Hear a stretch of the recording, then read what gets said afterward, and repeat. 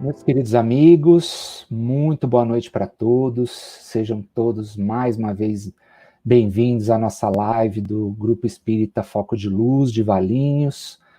Nós temos feito essas reuniões todas as sextas-feiras, em substituição às nossas reuniões presenciais. Quem conhece a nossa casa, né, por conta da suspensão das atividades, nós estamos fazendo as nossas palestras públicas pela internet, né? Meu nome é Ricardo, para quem não me conhece. Hoje a palestra é do nosso querido amigo Luiz de Góes, vulgo Lula, que é prata da casa, né? Nosso companheiro de trabalho da casa, né? Ele já vai se apresentar para vocês. Então, para que a gente possa dar início a mais uma reunião, nós faremos a nossa prece de abertura, como sempre, e como tradicionalmente eu faço, eu convido a todos os irmãos que neste momento mentalizem o nosso querido e amado Mestre Jesus, ele que abençoa todas as oportunidades de compartilhamento, de difusão dos seus ensinamentos, está sempre à frente dessas tarefas de compartilhamento das suas lições maravilhosas. Jesus querido, antes de tudo, muito obrigado, Senhor, por essa oportunidade maravilhosa que nós temos mais uma vez de podermos refletir sobre os seus ensinamentos, de levar aos corações mais aflitos, mais carentes, a luz do seu amor por meio da tecnologia. Que o Senhor permita que cada vez mais grupos e pessoas promovam esse trabalho de divulgação dos seus ensinamentos, Senhor. Porque neste momento nós estamos muito sedentos de você, Mestre querido. Por isso, muito obrigado pela confiança, pelo suporte. Querido Jesus, pedimos humildemente que o Senhor traga a nós a sua inspiração, sobretudo ao nosso companheiro Lula, para que ele tenha as palavras adequadas para as necessidades daqueles que vão nos ver e vão nos ouvir. Que essas mensagens alcancem o maior número possível de pessoas, Senhor, para que os corações carentes de paz, de fé, de esperança, de alento, sejam alcançados, Senhor. Esse é o nosso desejo sincero. Por isso, Mestre querido, pedimos humildemente que nos abençoe na noite de hoje. Que assim seja. Graças a Deus.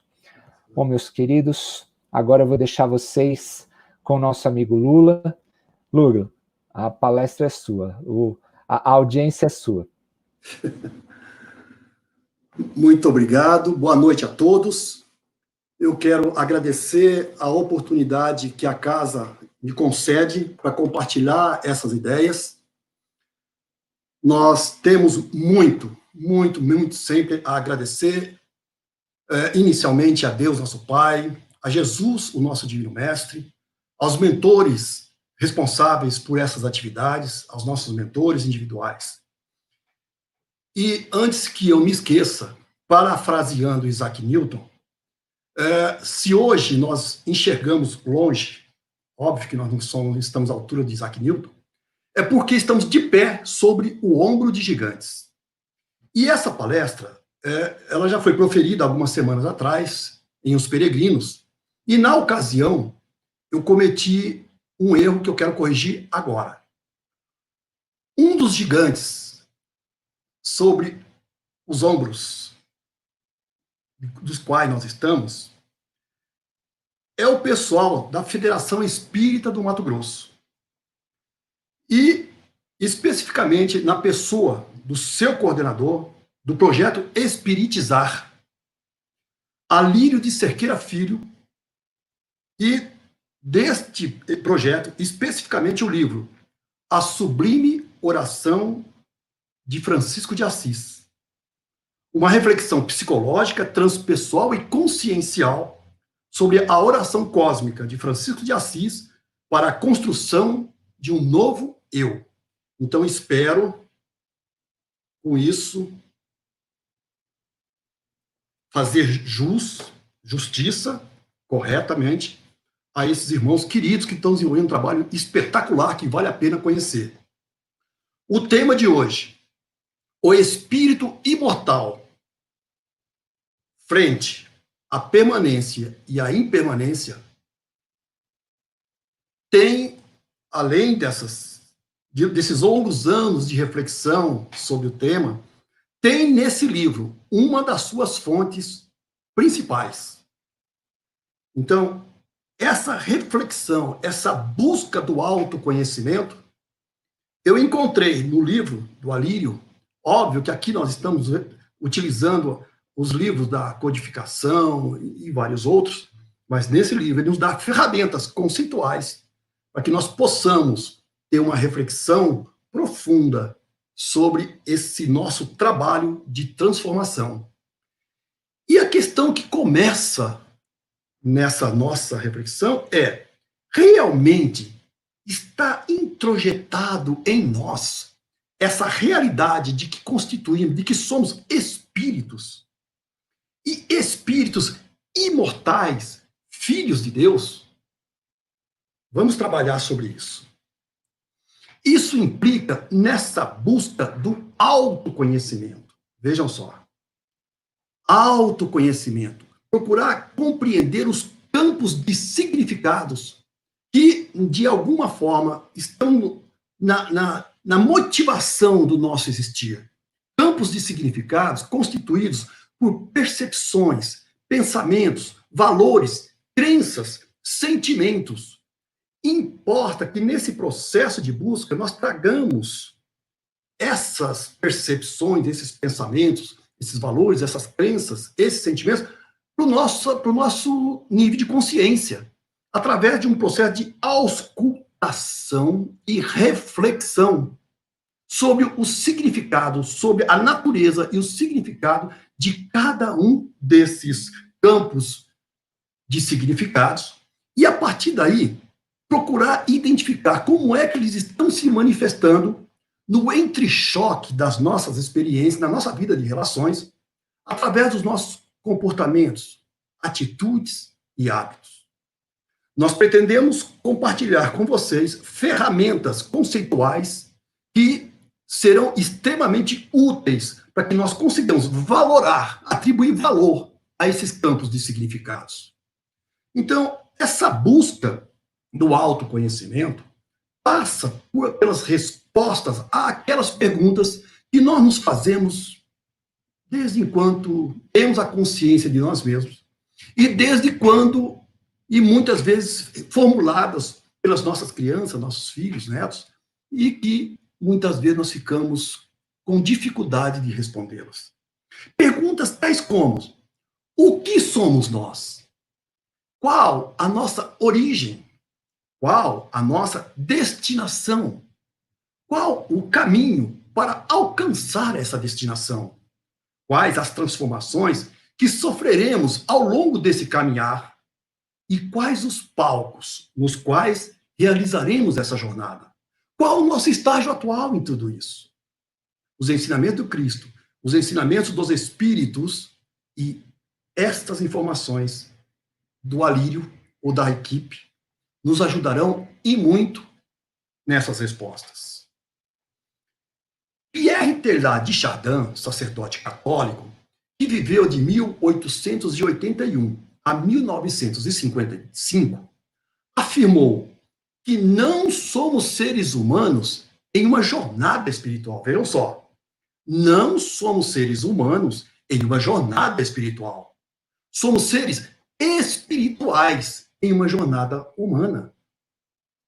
E com isso, nós começamos a refletir, a buscar esse significado maior. Mas o nosso mestre Jesus foi no cerne da questão. Ratificando o Salmo de Davi, ele afirmou: vós sois deuses. E quando Jesus faz uma afirmação, importa que nós reflitamos sobre elas. Por quê? Nós precisamos evitar aquela falsa segurança de que, através da repetição dos termos, nós o compreendemos. Poxa vida, somos deuses. O que significa isso? Deus, somos filhos de Deus, constituídos da sua substância. Por conseguinte, temos em nós os mesmos atributos divinos. Obviamente, aqui temos que considerar a questão da relatividade do ser. Porque em Deus, tudo o que vamos discutir está no absoluto. Respondendo a uma pergunta de Kardec, lá no Livro dos Espíritos, na questão 13, depois em A Gênese, no capítulo 2, itens 9 a 19, Kardec desenvolve esse raciocínio. Os espíritos nos deram os atributos, os quais, sem esses atributos, Deus não seria Deus. Mas não nos enganemos. Estes atributos que nos foram passados, revelados, enfim, constituem aquela amplitude da nossa capacidade do entendimento no momento. Ou seja, o aspecto imanente da presença de Deus na criatura. Porque enquanto no seu aspecto transcendente, Deus permanece, por enquanto, além da nossa compreensão. E vamos então àqueles atributos. Deus é inteligência suprema. O raciocínio que nós vamos fazer é como é que esses atributos, que em Deus se manifestam de forma absoluta, se manifestam em nós, criaturas, imersos no relativo. Deus é inteligência suprema. Em nós, esse atributo se manifesta através desse impulso à busca do aprendizagem contínua. Esse processo de mergulho, de autoconhecimento, de entrega, constitui uma das mais potentes fontes de alegria do ser. Aquele ser que, por uma série de razões, mas principalmente em função do não exercício da sua volição, da sua vontade, abre mão dessa fonte, ele como que murcha para a vida. Uma das mais potentes fontes de alegria deixa de existir para ele momentaneamente. Então, o mergulho em nós mesmos e, a partir desse mergulho, a busca do conhecimento no setor, no ambiente no qual nós estamos envolvidos, constitui, sim, uma das mais potentes fontes de alegria do ser. E à medida que nós vamos aprendendo, nós sentimos a necessidade de compartilhar. Deus é a causa primária de todas as coisas. Nós fomos convocados na realidade, a atuarmos como co-criadores do Pai em sua obra. Então, à medida que vamos evoluindo em conhecimento, nós sentimos a necessidade de compartilhar, de co-criar e, desta forma, responder a este plano divino para cada um de nós. Deus é único.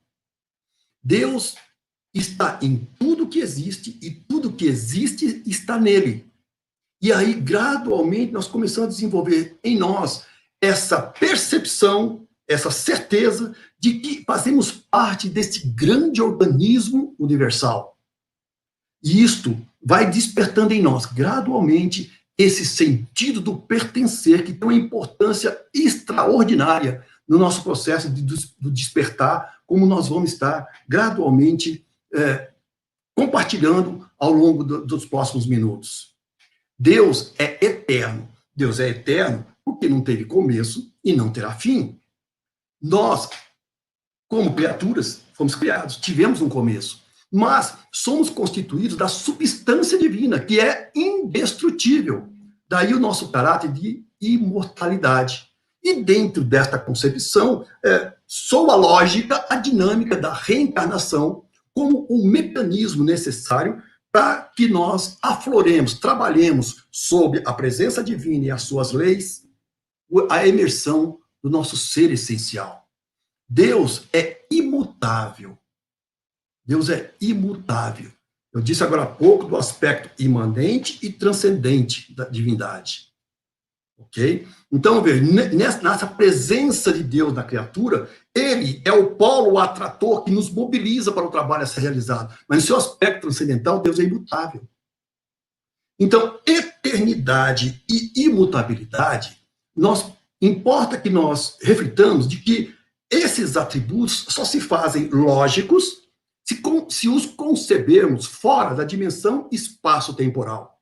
E a permanência, essa questão da imutabilidade, esse atributo dessa permanência, é aquilo que em nós representa um desejo, um sonho, um direito, que como filhos de Deus nós alcançaremos. Ou seja, em algum momento, nós também transcenderemos a dimensão espaço-temporal, religando-nos a Deus. Deus é soberanamente bom. Poxa, o amor é a essência do universo. O amor é a essência divina. E como é que esse atributo se manifesta na criatura?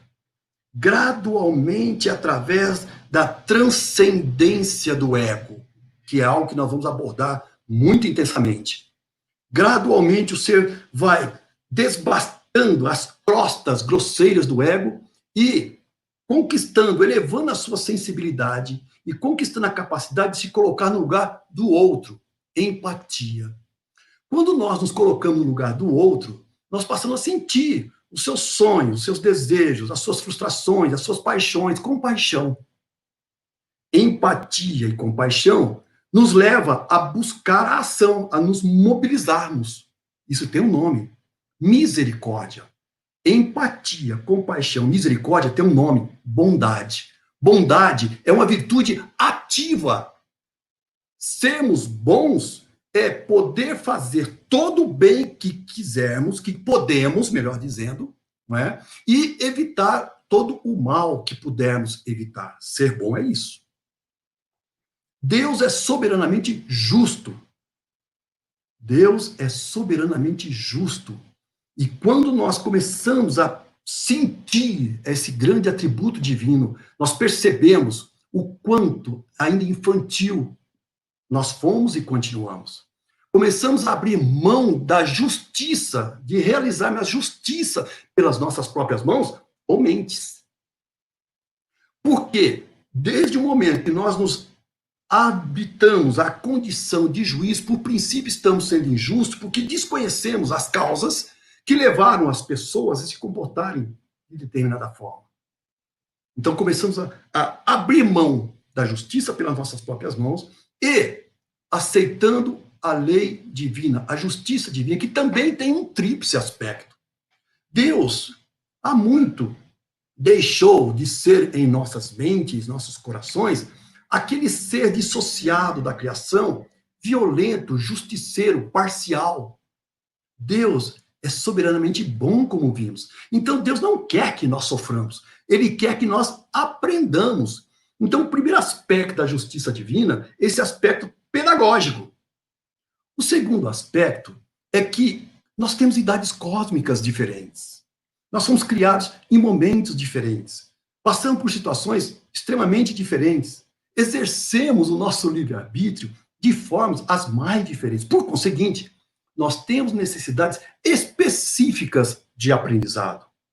Ou seja, o pacote pedagógico divino que nos é entregue é específico para as nossas necessidades. Ou seja, o correio divino não erra o endereço. E o terceiro aspecto da justiça divina é a proporcionalidade. Ou seja, os pacotes de aprendizado. Gente, o que são os pacotes de aprendizado? São os nossos programas encarnatórios, que nós vamos explorar mais daqui a pouco. Os nossos programas reencarnatórios, que vêm com todas as situações necessárias para que naquele período de tempo nós realizemos o nosso aprendizado.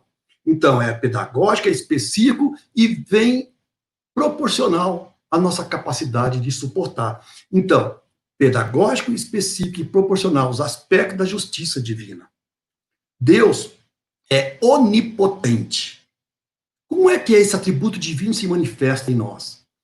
Através de uma substituição gradual do espírito de força pela força do espírito.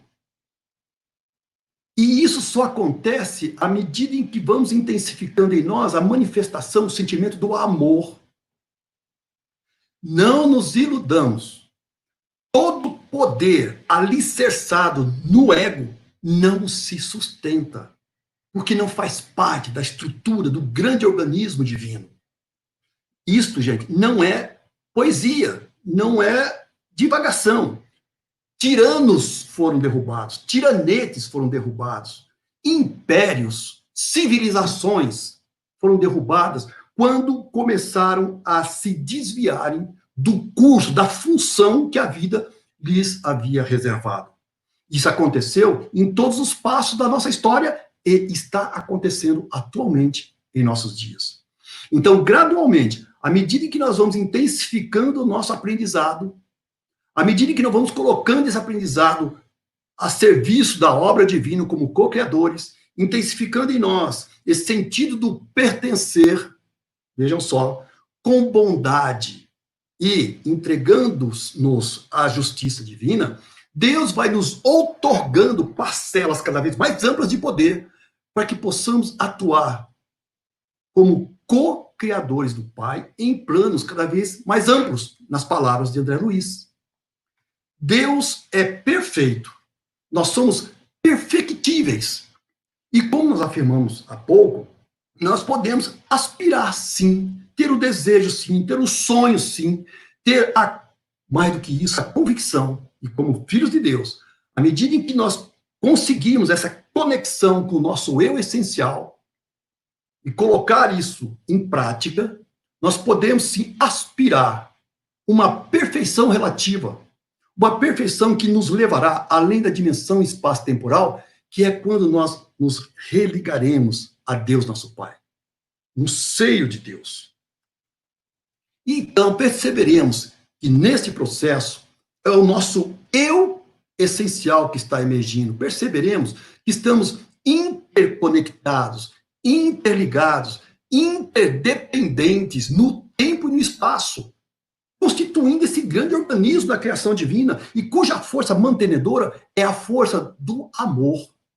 E aqui é importante que nós identifiquemos ela se manifestando na criatura com duas grandes dimensões: o alto amor e o halo amor. Ou seja, Deus nos criou com essa energia do autocentrismo, que é a energia motora, motriz, para que nós realizemos esse trabalho de emersão dos nossos atributos essenciais. Só que nós não acontecemos no vácuo, nós acontecemos na nossa vida de relações. Então, gradualmente, as leis divinas vão nos ensinando a exercermos o nosso livre-arbítrio para que consigamos equilibrar o nosso autocentrismo com o altruísmo.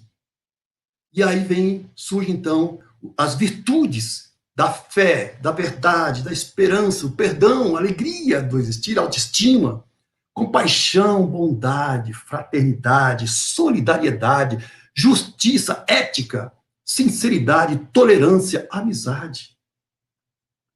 Então, vejam, estamos imersos nesse relativo, sob esse impulso divino, que é a lei do progresso, o processo evolutivo. Nós vamos realizando gradualmente essa superação das nossas fases primitivistas em busca da imersão dos nossos valores essenciais.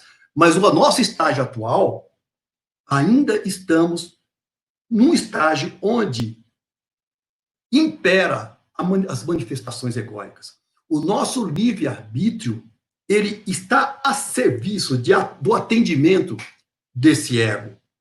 E que começou lá nas primícias, mundos primitivos, nos mundos no início do nosso mundo de provas e expiações, evoluímos desde o reino mineral, vegetal, animal, indo do impulso para a irritabilidade, para a sensação, instinto, razão, a caminho da intuição. Mas a pergunta que fica é, e ainda aprofundando esse processo do nosso autoconhecimento, afinal, o que é o ego? Eu gosto muito dessa afirmação que me diz que o ego, na realidade, é a sofisticação no reino hominal do instinto animal. Qual a função do instinto?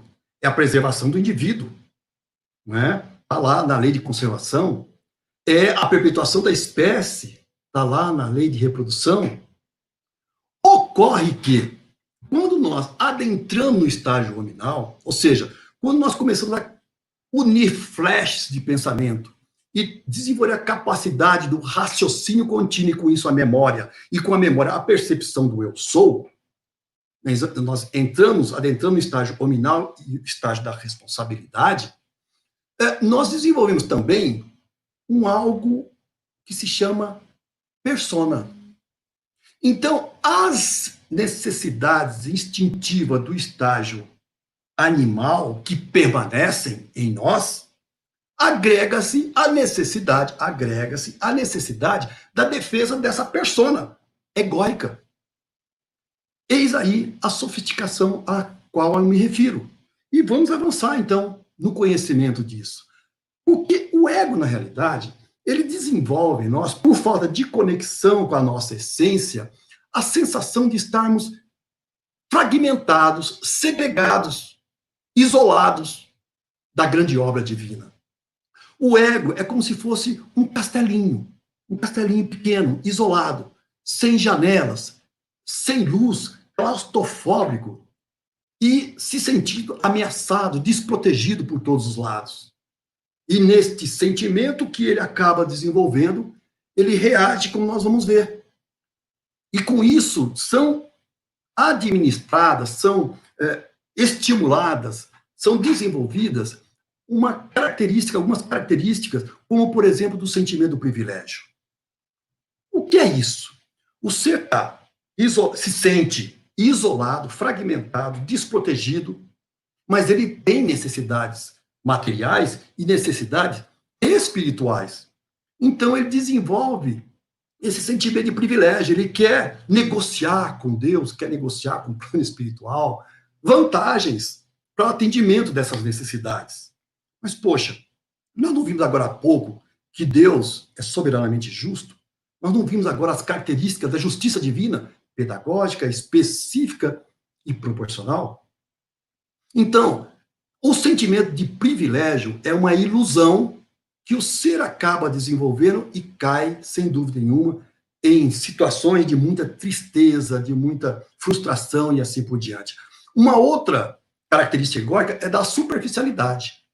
Como o ser está desconectado da sua essência, ele busca preencher o seu vazio existencial com questões impermanentes. E agora nós começamos a utilizar os termos.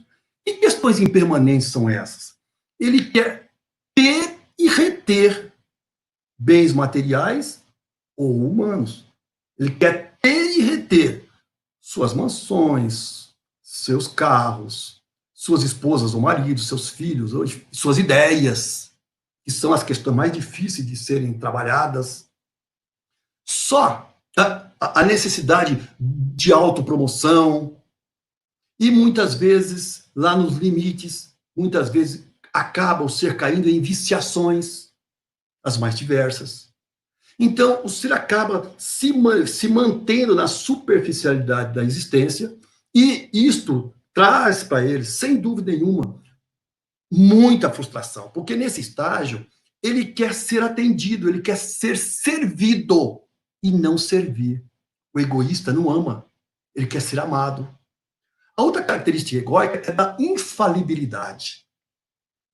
Então, naquele castelinho onde ele domina, onde ele se sente o reizinho, né, ele se julga infalível e não admite que possa errar. Nós vamos ver as consequências disso. Entretanto, vejamos mais algumas, vamos detalhar um pouco mais. Então, as manifestações egóicas, elas apresentam duas faces. Uma que é a face evidente do ego, cuja energia predominante é a ausência de amor, ou seja, o desamor. Quando o amor não está presente, as manifestações egóicas se situam. De que forma? Através, aí sim, aí nós vamos entender do egoísmo, do orgulho, da vaidade, da arrogância, ciúme, ansiedade, medo, desespero, tristeza, aquele sentimento de superficialidade. O ser, ele quer ter e reter, como eu disse. Então, ele vai do desejo para a posse, mas não dá retribuição em termos de sentimento, de carinho, de simpatia, assim por diante. Ódio, raiva, revolta, cólera, violência e assim por diante. Mas outra face é a face mascarada do ego. Ou seja, aquelas manifestações evidentes, por uma série de circunstâncias, começam a ficar insuportáveis para o ser. E ele, ao invés de realizar um processo de reflexão madura, ele começa através da negação, da repressão, do bloqueio, da fuga, a mascarar esses sentimentos. E aí vem o sentimento do perfeccionismo, que está lá naquela manifestação de infalibilidade, de euforia, e aí busca os meios mais diversos para isso, só que quando a causa dessa euforia desaparece, ele se sente mais triste ou depressivo ainda, se sente bonzinho, puxa vida, porque isso foi acontecer comigo, timidez, pseudo-perdão, autopiedade, filhos de Deus. Nós somos filhos de Deus. E, no entanto, ainda alimentamos em nós esses sentimentos limitantes. Desenvolve o martírio. Ainda isso acontece, às vezes não apenas físico, mas em nossos dias, cada vez mais psicológicos. E lembrando que o sacrifício que interessa a Deus é do nosso ego, do nosso orgulho, do nosso egoísmo. Mistificação, puritanismo, projeção. Muitas vezes, quando o ser não consegue lidar com essas situações todas, ele caminha para situações destrutivas, na forma das viciações, o álcool, o fumo, as drogas ilícitas, o sexismo, a gula, ganância, jogatina, maledicência, preguiça. Essas são as manifestações egóicas. Na sua face evidente, com a ausência do amor e a presença, então, do desamor, a sua face mascarada e as viciações. Meus irmãos, minhas irmãs, nós não somos esses seres. Nós estamos assim. Então, essas manifestações em nós é o que nós denominamos de impermanência. Impermanência é a ausência da luz que somos. Então, Jesus não afirmou que nós somos deuses? Então, gradualmente, através dessa presença em nós, desse polo atrator em nós, pela ação da lei do progresso, através do processo evolutivo, pela ação educativa das leis morais, gradualmente nós vamos despertando, educando o nosso livre-arbítrio para os nossos atributos essenciais. E aqui vamos, então, refletir um pouco sobre como é que nós alimentamos em nós o ciclo vicioso de alguns dessas manifestações. Como é que nós alimentamos em nós o ciclo vicioso do ódio? Vejam, nós não falamos agora há pouco que o ego é aquele castelinho que se ilude de que está segregado, mas essa ilusão tem consequências seríssimas para o ser. Ele se sente desconectado do Criador, ele se sente desprotegido, desamparado, e com isso ele realiza movimentos de ataque e defesa. Para se defender, o ser ataca. E isso acontece, as suas manifestações desse ódio, em vários graus de intensidade, em vários tipos de manifestações. Perguntemos a alguém, melhor, perguntemos a nós mesmos. Eu odiei ou odeio alguém? O ódio, a palavra ódio, tem uma energia extremamente pesada, carregada. Com algumas exceções, a maioria de nós vai dizer, não, eu, cristão, espírita, eu não odeio. Vejam, isso pode ser uma face mascarada do ego. Por que nós estamos falando aqui que o ódio pode se manifestar, ele pode acontecer em vários tipos de manifestação e grau de intensidade. Será que, quando nós pensamos em diferentes graus de intensidade, nós realmente não odiamos? Eu estou falando da irritação, da raiva, da cólera, da mágoa, do ressentimento. Ou seja, continuar sentindo aquela energia que nos tirou do equilíbrio, agressividade, intolerância, vingança, crueldade, etc. O ser cristificado, o ser pacificado, ele já não tem mais espaço dentro de si para esse tipo de manifestação. Então, importa que nós, de forma madura, nós comecemos a identificar como esse ciclo acontece dentro de nós e como superá-los, é o que nós vamos ver. Como é que nós alimentamos em nós o ciclo virtuoso do amor? Então, nessa busca do autoconhecimento, nessa busca de conexão conosco mesmo, nessa busca de conexão com os nossos atributos essenciais, nós desenvolvemos, então, essa relação íntima com Deus, nosso Pai. E isso nos tira, nos elimina aquele sentimento de desamparo. Nós passamos a nos sentirmos protegidos por Deus, nosso Pai, pelas leis cósmicas. E isso acontece, então, provoca em nós uma entrega amorosa e criativa e faz com que nós vitalizemos, vejam só, a vivência desse amor nas suas diversas manifestações e também graus de intensidade. Então, muitas vezes, nós ficamos mirando num exemplo de Francisco de Assis, de Irmã Dulce, para não falar do nosso Mestre Jesus. Mas nós podemos e devemos buscar os diversos graus de intensidade com o qual o amor se manifesta. De que forma? Calma, ternura, paciência, indulgência, tolerância, afeto, carinho, compaixão, etc. Para isso, nós precisamos fortalecer em nós a fé, a construção da fé. Eu defendo que toda criatura tem fé.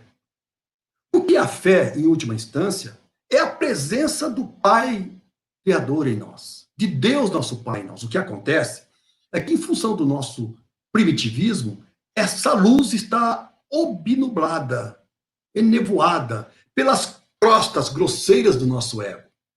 À medida em que vamos desbastando essas crostas e que a nossa luz interior vai se intensificando, nós vamos jogando essa luz nas nossas áreas de sombra. Fé vem de fides, do latim fides, que significa fidelidade. Fidelidade é o quê? Fidelidade à nossa consciência. Questão 621 do Livro dos Espíritos. Kardec pergunta: onde está escrita a lei de Deus? Resposta: em nossas consciências. Então, vejam, fé pode ser entendida como fidelidade consciencial. E isto nos leva, então, a uma concordância, de coração, concordar de coração com todo o nosso sentimento, com as leis divinas. Amar a Deus sobre todas as coisas, de todo o entendimento, de todo o teu coração, de toda a tua alma. Concorda com as leis divinas, com a nossa essência, com Deus, nosso Pai. Isso nos dá uma segurança existencial.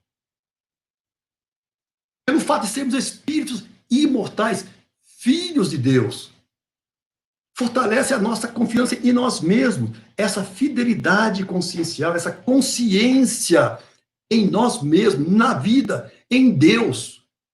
Esse é o alicerce da autotransformação. E isso se aplica, então, às situações agradáveis e desagradáveis da vida. Ou seja, é um dos instrumentos indispensáveis para que sejamos bem-sucedidos em aproveitarmos aqueles pacotinhos pedagógicos, específicos e proporcionais que constituem as nossas encarnações. Isso nos dá convicção e de forma intimorata, com raciocínio, com bom senso e lógica, nós nos entregamos às reflexões para ser sentida e vivida o nosso existir. Com isso, nós começamos a construção da verdade. Conheça a verdade e a verdade te libertará. E ela vem com esse sentimento de fé convicta, essa identificação com o ser essencial, com esse aprofundamento e intensificação do autoconhecimento, com a certeza de sermos filhos de Deus, aprendizes da vida, em processo de evolução, em busca da verdade, aprendizes da vida. Quando internalizamos essa certeza, essa convicção, aquelas manifestações egóicas de infalibilidade e perfeccionismo começam a desaparecer de nós. Nós vamos ver de que forma. De forma amorosa, amorável. Mas essa certeza é a luz que vai se intensificando em nós e deixando para trás cada vez mais aquelas ilusões de infalibilidade num processo no qual estamos de transformando num mundo de provas e expiações. É ilusão. E o movimento, então, é esse. Essa verdade nos liberta da ilusão egóica. Estamos iludidos quando damos guarida para que o nosso ego se manifeste ainda tão intensamente em nossos existir. E com isso, nós passaremos a desenvolver um processo de autenticidade nos nossos níveis de pensar, do sentir, do existir, de integridade.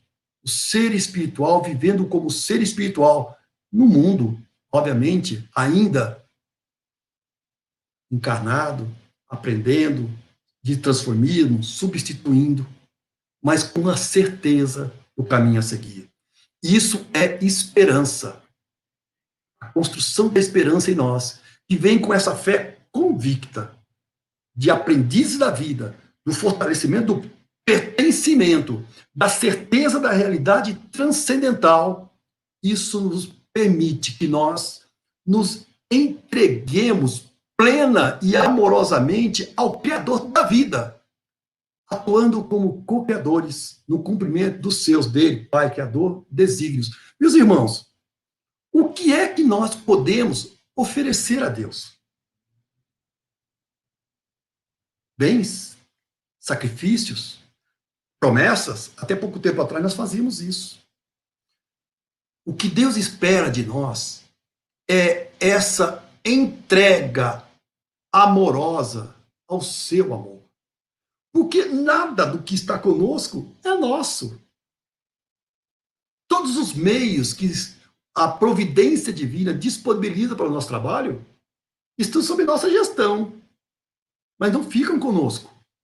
O que fica conosco são esses sentimentos essenciais que nos conduz para esse mergulho na nossa essencialidade, para esse encontro com a manifestação do Pai em nós, e faz com que gradualmente nós substituamos o orgulho, a prepotência, a vaidade pela entrega, pelo amor, pela humildade. E isso gradualmente vai realizando de novo essa autotransformação. Essa é a mais profunda aplicação da esperança. Ou seja, esperar não é ficar aqui de forma ociosa, é ter a convicção absoluta do caminho a seguir e segui-lo, alicerçado que estamos na eternidade, na bondade, na imutabilidade das leis divinas. Essa aplicação, essa esperança, esse processo que fundamenta o processo de autotransformação, isso significa pertencer ao universo. Porque se assim não fora, nós não teríamos energia, motivação, perspectiva para realizar o processo de autotransformação. E vem, então, com isso, nós começamos a deixar para trás coisas como, por exemplo, a necessidade da construção do perdão. E aqui importa que nós, de novo, nos voltemos para nós mesmos. O perdão é, na realidade, um exercício amoroso para com o ofensor interno. Vejam só, existe o ofensor, a ofensa e o ofendido. O ofensor, exercitando o seu livre-arbítrio dentro da lei da liberdade, ofende a alguém. Ele, o ofensor, por aquele ser que busca a justiça divina, não vai ele, ofendido, realizar a sua vingança. Mas o ofensor, lembre-se, é necessário que venha o escândalo, mas ai daquele porque o escândalo vier, ele vai passar pelos seus processos de ajuste, de aprendizado. Mas o que acontece, então, com o ofendido. O que no ser é ofendível? É o nosso ego. É aquele sentimento de perfeccionismo. E esse sentimento de perfeccionismo é que fica nos cobrando. São os nossos atormentadores internos, na forma do ódio, do desejo de vingança, do ressentimento, como nós vimos agora há pouco. Ou seja, o ser alimentando aquela ilusão do perfeccionismo no mundo de provas e expiações, ele fica se cobrando. Como é que você, sendo tão bom, tão perfeito, se permitiu ser ofendido? Então agora você vai sofrer sob o meu jugo. São os ofensores internos, são os atormentadores para os quais nós damos energia e continuamos remoendo isso, às vezes por dias, meses, anos. Muitas vezes o ofensor externo já se mandou, já foi embora, seguiu o seu caminho e nem se lembra mais do que realizou. Mas nós continuamos alimentando essas ofensas. Ou seja, na realidade, o que nós precisamos é compreender essa dinâmica para saber lidar com ela, nós vamos ver daqui a pouco. Então, veja, a construção do perdão, de novo, ela não prescinde dessa conexão com o amor divino. Do sentimento de que somos filhos de Deus, aprendizes da vida.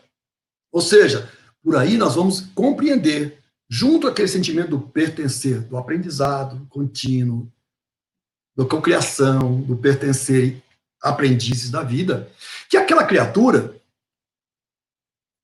na realidade, estava muitas vezes em dor, em desequilíbrio, com as suas necessidades de aprendizado. Essa percepção é que começa a enfraquecer em nós os nossos ofensores internos. Então, a consciência de que somos aprendizes da vida transmuta aquela ilusão de perfeccionismo, o gerador da ofensa. E com isso, nós começamos a realizar, vejam só, o autoacolhimento, o auto-perdão, a auto-libertação, a auto-pacificação. Olha que coisa linda essa estrutura. O quanto isso nos liberta. Então, na realidade, nós aprendemos, e com esse auto-perdão, a nos libertarmos dos ofensores internos. E só então nós conseguiremos oferecer a outra face. Sermão da Montanha.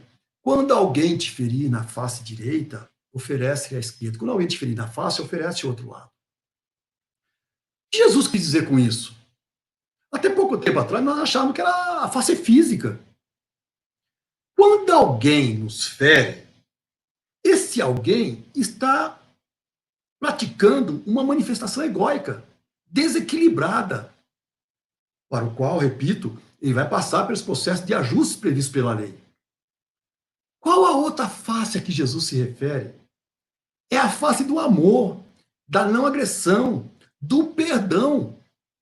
Então, quando nós conseguimos esse processo do auto-perdão, quando nós conseguimos esse processo de libertação do ofensor interno, nós também libertamos o ofensor externo e deixamos de canalizar para eles as energias deletérias que nós alimentamos dentro de nós.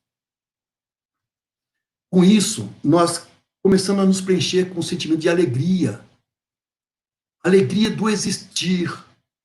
O sentimento de pertencimento que permite fluir a essência divina que somos. O sentimento do pertencimento que gera alegria existencial. Num movimento de doação profunda, amorosa e criativa, no desenvolvimento perseverante das virtudes essenciais da vida, que se manifestará em tudo que realizarmos. A doação amável e feliz ao outro. A alegria do existir. Então, veja, desta forma, nós gradualmente vamos trazendo os nossos sentimentos essenciais, desenvolvendo esse auto-amor, fé, a verdade, esperança, perdão, alegria, autoestima. E na medida em que vamos, então, desenvolvendo esse alto amor, nós conseguimos ampliar, elevar a nossa sensibilidade e praticarmos o halo amor, ou seja, a bondade, a tolerância, a fraternidade, solidariedade, justiça, ética, sinceridade. Quando eu falo depois, por favor, entendam que essa análise sequencial é apenas um recurso pedagógico. Essas coisas acontecem dinamicamente. Nós acontecemos na vida de relações, não é? Então, à medida que nós vamos aflorando em nós esses sentimentos, isso acontece na nossa vida de relações. E estes são os sentimentos essenciais, estes são os valores permanentes. A luz nossa essencial se intensificando, vai jogando sombra, vai jogando luz nas áreas de sombra do nosso existir. O ser de luz que somos começa a aflorar. Entra em ação nesse processo a pedagogia divina. O convite, entre aspas, que a vida nos faz para o nosso aprendizado.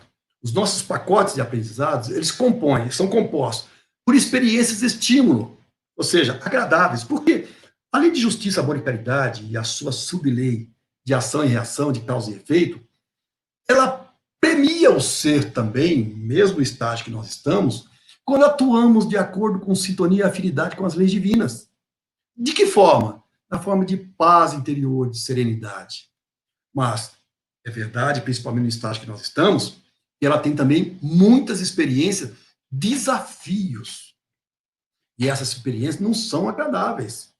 Por que não são agradáveis? Porque elas vão ferir aquele sentimento de privilégio, elas vão nos frustrar nas nossas pretensões, muitas vezes, do ter e reter, dos reconhecimentos, das viciações, dos nossos perfeccionismos. E agora nós temos a condição de começar a identificar em cada situação desagradável da vida o potencial de aprendizado que elas contêm. As experiências de estímulo e as experiências de desafio constituem os nossos aprendizados que gradualmente vão nos levando à imersão nos nossos atributos essenciais e potencializando em nós a capacidade de vivermos de acordo com a lei de justiça, amor e caridade, que é a síntese das leis morais. E com isso, gradualmente, nos aproximando do religare com Deus. Como é que isso acontece?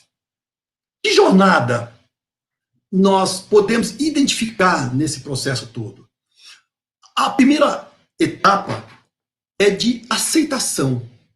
Aceitação do quê? O nosso ego, ele nos trouxe até aqui. Esse processo faz parte do plano divino. Então, não podemos odiar o nosso ego, até porque o ódio é uma manifestação egóica, estaríamos entrando num círculo virtuoso. Mas quando nós nos identificamos com nossos valores essenciais, nós compreendemos que o ego foi o que permitiu que nós chegássemos até aqui. Então, importa que nós aprendamos a amá-lo e saber que o ego é apenas ignorância a ser transformada. Acolhê-lo e iluminá-lo, conduzi-lo para o amor essencial. A partir daí, temos que nos desidentificarmos do nosso ego.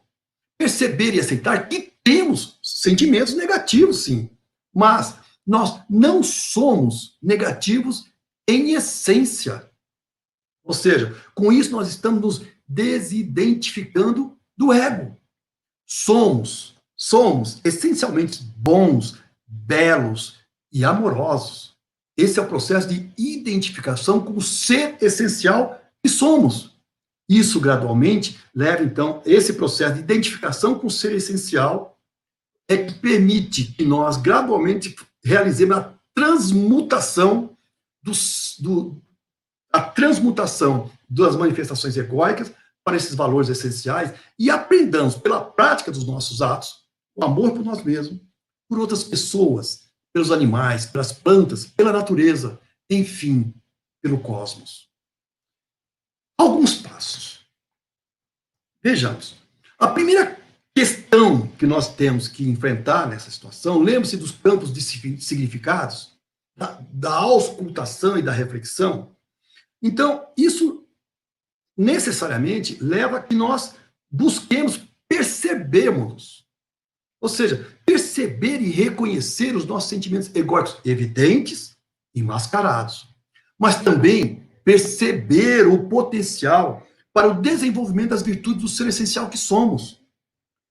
A partir dessa percepção, pelo estudo, pela reflexão, pelo amadurecimento, ela vai se ampliando, aceitar. Aceitar de forma plena, amorosa e incondicionalmente que trazemos movimentos egóicos, mas também que temos todas as condições para superar essas limitações. Percebemos, aceitarmos. Aí cabe o outro passo, que é a reflexão. E isso é complicado, porque a reflexão é esse olhar para nós mesmos, frente ao espelho. E ela exige coragem e humildade. Só o humilde pode manifestar a coragem essencial. Somente após a autoanálise consciente e responsável, estaremos em condições de transmutar gradativamente os sentimentos egóicos. E aí, feito isso, o próximo passo é decidirmos. Após essa reflexão, tomar a decisão plena e consciente do que fazer para iniciar o trabalho de acolhimento dos sentimentos egóicos. Ou seja, eu percebi, eu aceitei, eu refleti, e agora eu preciso decidir pela mudança. Percebi, aceitei, refleti, decidi. O outro passo é, não, a qualquer dia desse eu mudo, qualquer hora dessa eu mudo. Qualquer dia desse não existe no calendário. Qualquer hora dessa não existe no calendário. O ser entra num processo de comodismo e de procrastinação, e do ponto de vista da nossa existência não faz mais sentido. Nós precisamos nos imbuirmos desse sentido de urgência e o aproveitamento essencial de um recurso valioso que temos, que é o nosso tempo. Principalmente se levarmos em consideração o estágio no qual estamos de travessia para o mundo e regeneração. Então, uma vez tomada a decisão da mudança, torna-se essencial a ação plena e consciente para a substituição gradativa e suave, vejam só, suave dos sentimentos egóicos. Ninguém está sendo convocado aqui para se violentar, mas sim para realizar um movimento de maturidade, de aceitação, mas permanente, e substituição dos sentimentos egóicos pelos essenciais. E aqui, na realidade, eu ia falar 4 fases, mas tem uma fase que eu costumo lembrar, que é aquela na qual você nem percebe a manifestação do sentimento egóico. Mas vamos lá. Primeira fase. Quando, em algum momento, nós nos sentimos tristes, deprimidos, com sensação de pânico, chateados, e não sabemos por quê. Nesse processo de reflexão, nós procuramos identificar quais são as causas. E isso pode levar horas, dias, meses, semanas. E se não for trabalhado, pode nos levar a desequilíbrios psíquicos e, às vezes, físicos, gerando realmente a drenagem psicofísica através do nosso corpo, que é a doença. Uma segunda fase é quando a percepção da manifestação desse sentimento ocorre no momento que ele está acontecendo. E aí nós temos a oportunidade de eliminarmos ou diminuirmos a distância entre a manifestação egóica e as suas consequências para nós. Vejam só, antes a manifestação acontecia, só percebíamos tempos após. Agora isso representa, muitas vezes, anos de trabalho, décadas, encarnações. A percepção já está acontecendo no momento da manifestação. Uma terceira fase é quando nós começamos na seguinte situação: puxa vida, aquele privilégio que eu pretendia não vai acontecer. Aquele poder que eu almejava vai ser designado para outro. Aquelas posses que eu almejava não serão possíveis. O sentimento de perfectibilidade, perdão, o sentimento de perfeccionismo, aquele feedback que eu vou receber não vai ser fácil. O que está ocorrendo aqui? Nós estamos começando a refletir, a perceber situações nas quais nós estaremos envolvidos e como nós vamos reagir a elas. Se nós vamos dar guarida à manifestação de sentimentos recortes ou nós vamos crescer com elas. Acontece antes. E em acontecendo antes, nós temos a condição de decidirmos quais são as energias, os valores, os sentimentos que nós vamos alimentar dentro de nós. A quarta fase é quando essas manifestações já começam a se rarear ou não mais ocorrem. O trabalho nesse estágio está quase que realizado. Confúcio, que viveu em 551 a 479 a.C., veja que interessante, mais ou menos na época de Sócrates, ou seja, os missionários, os enviados de Cristo não escolhem tempo nem lugar, não é? Nós somos aquinhoados, abençoados com a sua presença amorável em todas as épocas, em todas as civilizações, em todos os lugares. Veja o que disse Confúcio. Quando você nasceu, todos sorriam e só você chorava. Poxa, nós estamos vindo da nossa pátria espiritual com o nosso pacotinho de aprendizados, com aquelas experiências de estímulos e aquelas experiências de desafios, e muitas delas são complicadas, e todo mundo sorrindo, mas nós sabemos o que nos esperava.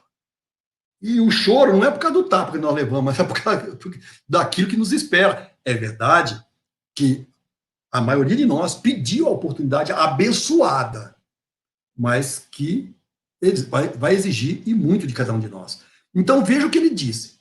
Quando você nasceu, todos sorriam e só você chorava. Faça de tudo, ou seja, todas essas coisas que nós estivemos comentando, faça de tudo, pois quando você morrer, todos irão chorar e você sorrirá. Seja você a mudança que quer ver no mundo.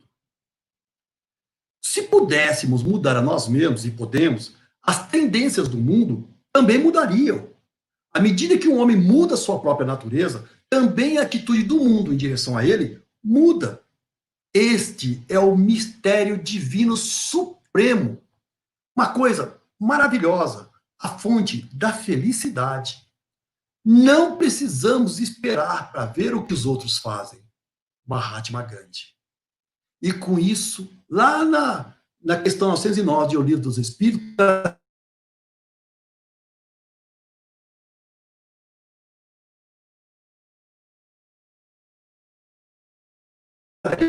sim, e às vezes com pouco esforço. O que lhe falta é a vontade. Vontade, uma das potências da alma, nas palavras de Leon Denis. Volição, sabedoria e amor. Mas complementando, como são poucos os que se esforçam entre nós. É doloroso ouvir isso, não é? E com isso, nós lembramos uma outra frase do nosso Mestre Jesus. Realizando esses trabalhos, finalmente nós estamos em condições de compreender plenamente o seja feita a vossa vontade. Com isso, nós abandonamos o nosso castelinho do ego e o ser essencial que somos emerge religado a Deus. Meus irmãos, que Deus nos abençoe a todos. Muita paz. Muito obrigado. Queridos amigos, muito obrigado ao Lula, nosso querido Lula, pela palestra de hoje. E agora, para nós concluirmos a nossa apresentação de hoje, né, a nossa palestra, eu convido a todos para aquele momento em que nós compartilhamos com o nosso semelhante todas as bênçãos que nós recebemos na noite de hoje, por meio das nossas vibrações, procurando mentalizar com amor, com carinho, todas aquelas pessoas que se encontram carentes do suporte material para a sua saúde, para a sua manutenção das despesas do lar, que cada um desses irmãos recebam o suporte material possível e necessário, mas que não lhes faltem a fé, a confiança de que Deus, na sua soberana justiça e misericórdia, vela por cada coração. Vamos vibrar por todos os nossos irmãos que se encontram no fronte, como é dito atualmente, tratando dos irmãos doentes, os profissionais da saúde, buscando fortalecer-lhes a coragem, desejando ardentemente que esses irmãos estejam protegidos nas suas saúdes para que eles possam continuar exercendo a atividade deles tão importante. Vibremos também por todos os outros profissionais que para atender a nossa necessidade, também precisam se expor. Que todos esses irmãos possam receber o nosso carinho, o nosso abraço espiritual e o nosso desejo sincero de que eles estejam protegidos.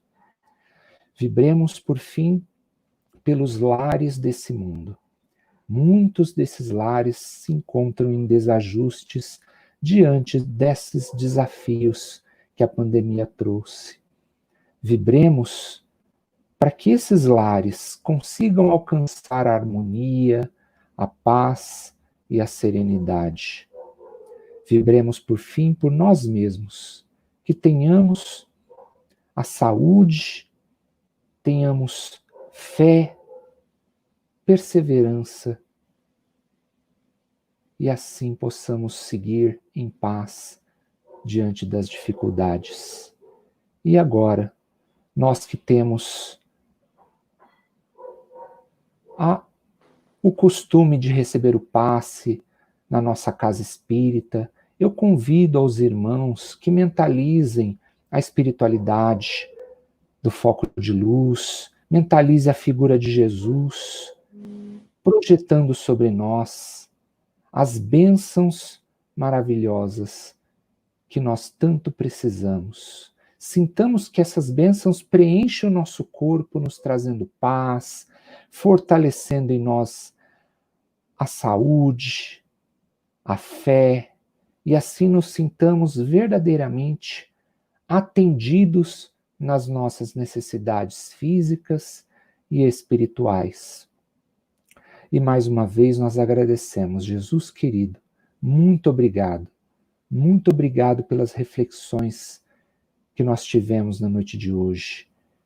Que eles possam alcançar os corações carentes. Que nós nos sintamos envolvidos no seu amor. Nos proteja, Senhor, em mais uma semana, e se for da vontade do Pai, nós possamos estar mais uma vez reunidos na próxima semana. Graças a Deus. E assim, meus queridos, eu encerro a nossa reunião dessa semana. Agradeço mais uma vez a audiência de todos. Espero que todos fiquem em paz, fiquem bem nos seus lares. E a gente se vê mais uma vez na semana que vem. Estou encerrando a nossa reunião. Muito obrigado a todos. Boa noite. Olá, meus amigos. Estamos vivendo momentos difíceis. A crise do coronavírus tem nos afetado. Tem trazido para nós momentos ímpares que, ao meu ver, aos espíritas cristãos que conseguem enxergar além, esse talvez será um momento oportuno para que nós possamos testemunhar a nossa fé. Sou Cláudia Jacobelli e falo em nome do Grupo Espírita Foco de Luz. Vim em nome dessa casa falar ao seu coração. Com a suspensão das nossas atividades pelos órgãos governamentais, fomos também obrigados a fechar as nossas portas. E para reabri-la, precisamos da sua ajuda. temos as nossas despesas que não pararam, muitas delas assumidas antes mesmo dessa crise, e agora nós precisamos saldar. Não há como reabrir as nossas portas se você não nos ajudar. Nós somos muitos e juntos poderemos vencer esse desafio. Nós não sabemos quando tudo isso vai passar, só sabemos que vai passar. Estamos muito confiantes em Deus e sabemos que Jesus ainda está no comando. Ajude-nos naquilo que te for possível.